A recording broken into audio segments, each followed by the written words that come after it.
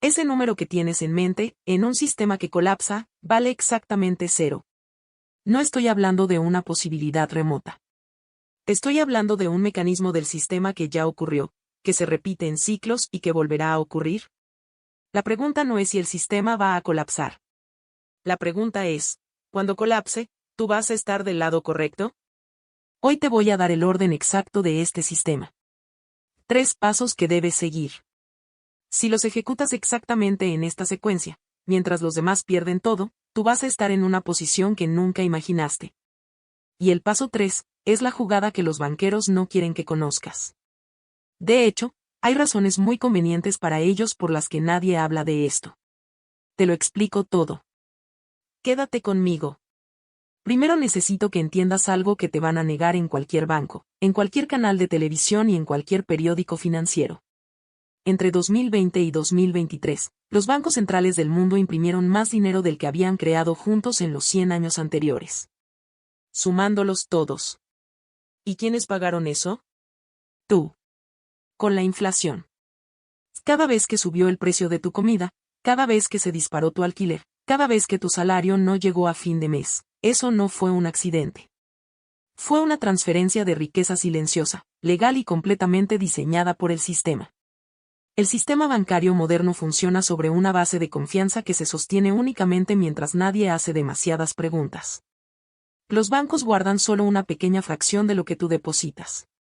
El resto lo prestan. O lo invierten. Lo arriesgan. Y si hay una corrida bancaria, es decir, si suficiente gente quiere su dinero al mismo tiempo, el sistema no puede aguantarlo. No puede. Es matemáticamente imposible. Esto no es teoría conspirativa. Que esto se llama reserva fraccionaria y está escrito en cualquier libro universitario de economía. La trampa es que lo enseñan como si fuera algo completamente normal. No lo es. Y si el sistema colapsa mañana, el primero en perder no es el banco. Que el único que pierde eres tú. Entonces, ¿qué vas a hacer? 1. Liquidez inmediata. Y cuando digo liquidez, no me refiero a lo que tienes en tu cuenta bancaria. En un colapso sistémico, los cajeros automáticos se bloquean en cuestión de horas. Los pagos digitales se congelan. Las transferencias tardan días. Si todo tu dinero está dentro del sistema, ¿quedas atrapado dentro del sistema? La regla es esta: mantén fuera del sistema bancario una cantidad equivalente a entre 1 y 3 meses de tus gastos esenciales. En efectivo. Accesible.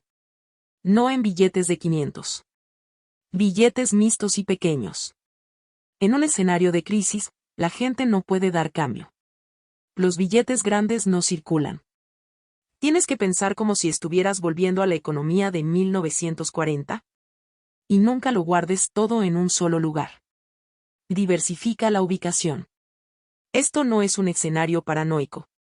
Es lo más importante que hacen las personas que sobreviven a las crisis financieras. Pregúntale a cualquier argentino, a cualquier venezolano, a cualquier chipriota que vivió la restricción bancaria de 2013. Entiende esto: el dinero en efectivo solo compra tiempo. Nunca es el objetivo final. Para eso necesitas el paso 2. 2. Activos duros. Son los activos que existen fuera del sistema financiero. Que no pueden ser impresos. Que no pueden ser confiscados con un clic. Que no desaparecen cuando cierra un banco. El primero es el oro. Y antes de que digas eso es cosa del pasado, el oro lleva 5.000 años siendo reserva de valor. Los bancos centrales del mundo llevan años acumulando oro a niveles récord. ¿Por qué lo hacen ellos pero a ti te dicen que es una inversión anticuada? Cuando el dólar pierde poder, el oro sube. Cuando hay guerra, el oro sube. Cuando hay inflación, el oro sube. Esto no es una inversión especulativa. Es una estrategia de escudo. La recomendación estándar entre los gestores de patrimonio de alto nivel es destinar entre el 5% y el 15% del portfolio a metales físicos. No ETFs de oro. No certificados de oro. Oro físico. Porque un papel que dice que tienes oro, en un colapso, no vale ni el papel en el que está impreso. El segundo activo duro es el inmobiliario. Pero aquí hay una trampa que la mayoría no puede ver. No cualquier inmueble funciona como refugio. Un piso sobrevalorado en una ciudad que va a perder población no es un activo duro. Es una trampa de deuda con techo. Lo que buscas son inmuebles en zonas de demanda estructural, acceso al agua, tierra cultivable, infraestructura básica, densidad de población moderada. No necesariamente el centro de una gran ciudad. A veces me refiero exactamente a lo contrario, a un barrio rural con tierra favorable. Y el tercero, y aquí es donde se queda fuera la gran mayoría de la clase media, son los fondos indexados a largo plazo. Escúchame bien porque voy a desmantelar el mito más peligroso del mundo financiero. La bolsa no es solo para ricos. Es para cualquiera que entienda que el dinero parado en una cuenta bancaria pierde valor cada año, garantizado. Un fondo indexado simple, como el S&P 500 o el MSCI World, no te promete ganancias anuales. Te promete algo mucho más valioso: acceso al crecimiento del capitalismo global sin pagar comisiones abusivas a gestores que, estadísticamente, no pueden batir al mercado. Lo importante no es cuándo entras, sino cuánto tiempo te quedas. Las crisis bursátiles más duras de la historia, en 2000, 2008 y 2020, para quienes no vendieron, fueron las mayores oportunidades de sus vidas. Y esto me lleva exactamente al paso 3. La jugada que hace el 1% cuando todo se derrumba. La que nadie te enseña. La que parece completamente irracional hasta que entiendes la mecánica. 3. Prepárate porque esto va a contradecir todo lo que te han enseñado sobre el dinero. Cuando hay una crisis financiera, el 99% hace lo mismo: entra en pánico, vende todo lo que tiene, acumula efectivo y espera a que pase la tormenta. ¿Y qué hace el 1%? Pide prestado. Sé lo que estás pensando. ¿Endeudarse en una crisis? Escúchame. En toda crisis financiera grave, los bancos centrales hacen lo mismo: bajan los tipos de interés para estimular la economía. El dinero se vuelve barato. Casi gratis. Al mismo tiempo, los activos reales, los inmuebles, las acciones, las empresas, se desploman en precio porque todos se están vendiendo con pánico. Entonces, si en ese momento tienes acceso a crédito barato, a tipo fijo y a largo plazo, puedes comprar activos reales a precio de saldo con dinero casi gratis. Y cuando el sistema se recupere, como siempre lo hace, tendrás activos que han triplicado o cuadruplicado su valor, con una deuda que la propia inflación habrá ido erosionando sola. Eso es exactamente lo que hizo Warren Buffett en 2008. Lo que hicieron los grandes fondos de capital privado. Lo que hicieron las family offices de las grandes fortunas. Mientras tú vendías con miedo, ellos estaban comprando tus activos con deuda. Y aquí está la trampa que el sistema nunca te dice: el crédito no es igual para todos.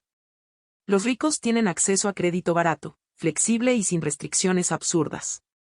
La clase media tiene hipotecas con condiciones leoninas, tarjetas de crédito al 25% de interés y préstamos personales que los hunden.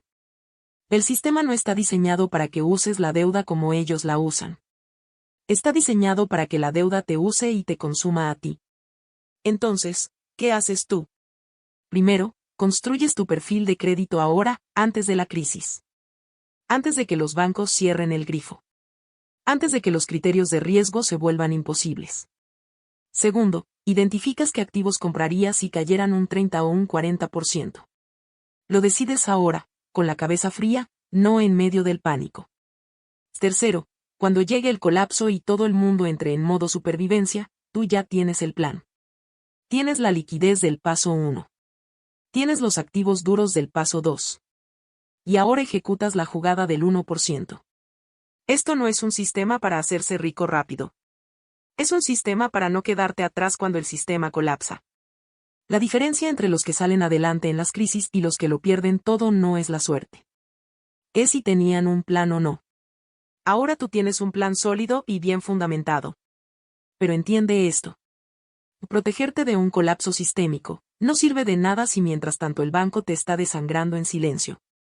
Hay comisiones que tu banco cobra hoy, ahora mismo, de forma técnicamente legal pero completamente opaca. No aparecen claramente en ningún resumen. Están enterradas en cláusulas que nadie lee. Y están diseñadas para que nunca las encuentres. En el video que estás viendo ahora mismo, desmonto el fraude bancario de la clase media.